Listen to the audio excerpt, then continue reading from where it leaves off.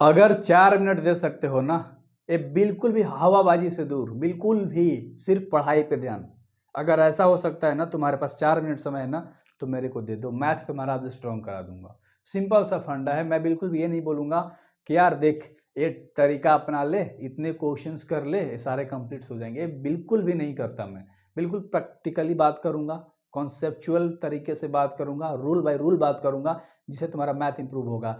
मेरा मैथ्स का हर चीज़ देख लेना, ठीक है। मैं आपको रिपोर्ट जो होता है वो दिखा दूंगा अपने कंपटीशन लेवल का क्या है।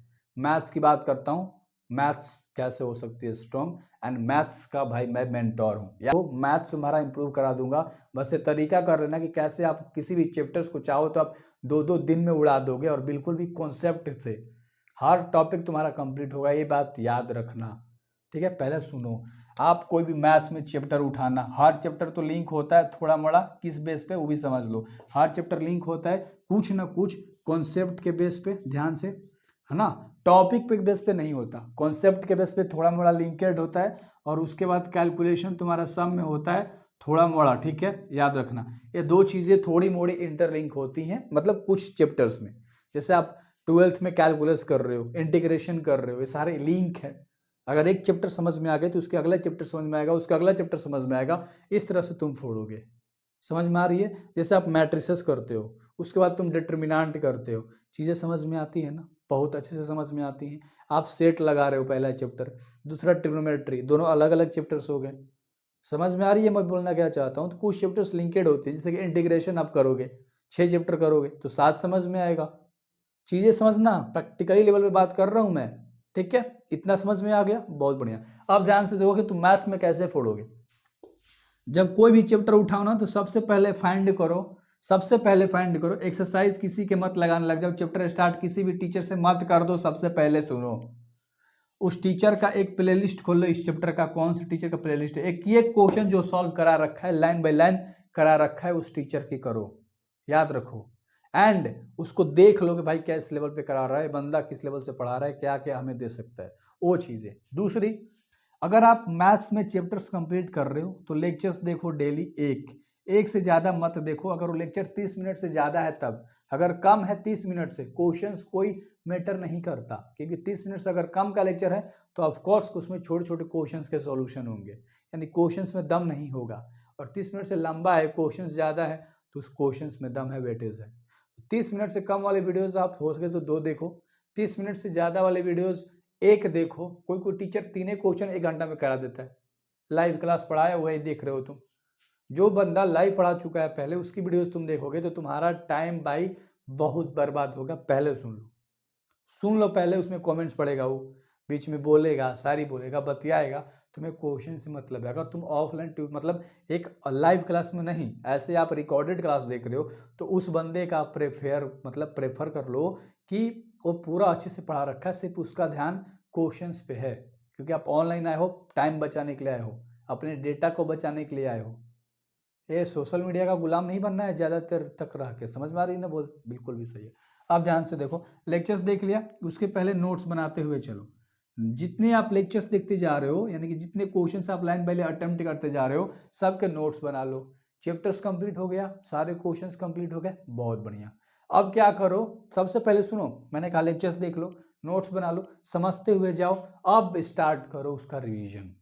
अब उसका स्टार्ट करो रिवीजन पूरे दिन, यानी कि 2 से 3 दिन, 2-2 घंटे, 3-3 घंटे रिवीजन करो। जो अब इसमें ना एक पेज छोड़ देना। ये मैं बेसिकली अपना तरीका बता रहा हूँ, और जो मैं स्टूडेंट्स लोग से कराता हूँ बेसिकली वो तरीका आपको बता रहा हूँ। आप कोई भी चैप्टर कर रहे हो, उसका 1 या 2 पेज पहले छोड़ देना, या लास्ट में 2 पेज छोड़ देना। अब यहाँ क्या करना, हर प्रश्नावली बाई प्रश्नावली करके, एक्सरसाइज बाई एक्सरसाइज करके क्वेश्चंस लिखना। अगर मान लो तुम्हारा 3.1 में क्वेश्चन है, टोटल 8 हो चाहे 10 हो, समझना ध्यान से, मैं कितना भी क्वेश्चन हो, टफ वाला कितना क्वेश्चन है, एक और जो तुम सॉल्व करो उसको लिखने की जरूरत नहीं है। सिर्फ टफ वाला क्वेश्चन डाल डाल के उसके एक्सरसाइज के पीछे लिख दो, जो भी आपने चैप्टर्स करा उसके पीछे लिख दो कि इस चैप्टर से मेरे को 10 क्वेश्चन में दिक्कत होती है, तो 10 क्वेश्चन पे ज़्यादा मेरे को प्रैक्टिस करनी है, रिवीजन मेरे को ज़्यादा करना है। और इसमें कितने फॉर्मूले निकले हैं उसको उसी पेज पे लिखना है। इसमें कितने कॉन्सेप्ट है वो तो तुम्हारे प्रश्नावली बाई प्रश्नावली हो जाएगा। अगर मेरा लेक्चर देखोगे तो पहले प्रश्नावली का परिचय, फिर सारा क्वेश्चन करा देता हूँ। तो इस तरह से आपको चीज़ें करनी है। एंड लास्ट में लिखना है कि कितने फॉर्मूले हैं, कितने कॉन्सेप्ट के खाली नाम लिखना है, क्योंकि कॉन्सेप्ट सारे आप पहले लिख चुके हो। तो कॉन्सेप्ट के नाम, फार्मूले का नाम लिखना है, समझना ध्यान से, मतलब कितने फार्मूले हैं, नाम बेसिकली तो वही हो गया ना। तो कितने फार्मूले हैं वो लिख लेने हैं। एंड उसमें टफ क्वेश्चन कितने लिख लेने हैं। चैप्टर 1 तुम्हारा complete, chapter 2 same, chapter 3 same, chapter 4 same, मतलब कि पैटर्न को फॉलो करना है। अगर तुम्हारा मैथ इंप्रूव नहीं हो गया ना तो बता देना मेरे को, ये रियल फैक्ट है मेरे भाई। हर कोई इस तरह से करता है। फिर प्रैक्टिस लेने के लिए 12th में हो ना, एनसीईआरटी छोड़ के कुछ मत पढ़ो। पहले मेरी बात सुन लो, एनसीईआरटी छोड़ के कुछ मत पढ़ो। अगर तुम्हारा हर एक क्वेश्चन ना लड़ जाए तो आके मेरे से कहना। अरे यार 20 क्वेश्चन में 10 आपको बनाने हैं, 10 वो एनसीईआरटी से लड़ेगा ही लड़ेगा, उसमें 15 को लड़ता है एनसीईआरटी से, स्पेशली तो 20 के 20 होता है। लेकिन तुम एनसीईआरटी को निचोड़ते नहीं हो ना, बाकी टीचर्स की बात मार रहे हो, प्रेफरेंस बुक एक लगा लिया लगा लिया। अरे प्रेफरेंस बुक कौन लगाता है पता है? एनसीईआरटी को जो 4-4 बार चाट चुका होता है, 4-4 बार एक एक क्वेश्चन को 4-4 8-8 बार बना चुका होता है। टफ वाला, इजी वाला तो बनाने की जरूरत नहीं पड़ती है। तो चीजें समझो, सीधे आपने एक चैप्टर करा, उसका क्वेश्चन सारा बन ही नहीं रहा आपसे, 4-4 बार आपने लगाया ही नहीं एनसीईआरटी बुक को, प्रेफरेंस लगाने चले, एग्जाम भी बर्बाद हो जाएगा, नंबर भी नहीं आएगा और तड़प के रह जाओगे जब रिजल्ट आएगा। तो बतकई से दूर, हवाबाजी से दूर पढ़ाई पे फोकस कर दो। लाइफ है, सुधर जाएगी, मजा आ जाएगा बिल्कुल भी लाइफ में, आगे प्लेजर्स मिलेगा। अभी हवाबाजी में रह जाओगे, चैप्टर्स कर रहे हो, रिवीजन नहीं कर रहे हो, लग रहा है कि तुम्हें एक चैप्टर हो जाएगा तुम्हारा, तो ये चैप्टर तुम्हारा नहीं होने वाला। आगे जाके एग्जाम्स में बैठोगे ब्लैंक हो जाएगा, आके घर पे रोगे रात में, रिग्रेट फील होगा। दोस्तों में तो बोल दोगे हाँ आज सब बना दिया नंबर आ जाएगा, भाई अकेले में रिग्रेट फील होता है। सो प्लीज़ अपने आप को मूर्ख बनाना बंद कर दो, अपने घर वाले को मूर्ख बनाना बंद कर दो, पढ़ाई पे फोकस कर दो। 3 ही घंटा रोज पढ़ो ना यार, ज़्यादा थोड़े पढ़ना है, लेकिन पढ़ो, कंसिस्टेंसी बिल्ड कर लो, फोड़ दोगे। इसी तरह से सारे चैप्टर्स कर लो, जैसे मैंने बताया सेम पैटर्न फॉलो कर लो। हर क्वेश्चन, हर एग्जाम्पल्स कर लो, फॉर्मूलेस कर लो, कितने कॉन्सेप्ट्स है, कितने टफ क्वेश्चन है, वो सारी चीज़ें एक चैप्टर में होती है। इससे बड़ा आप कुछ नहीं होता। तो मैथ करने का सिंपल तरीका था। So best of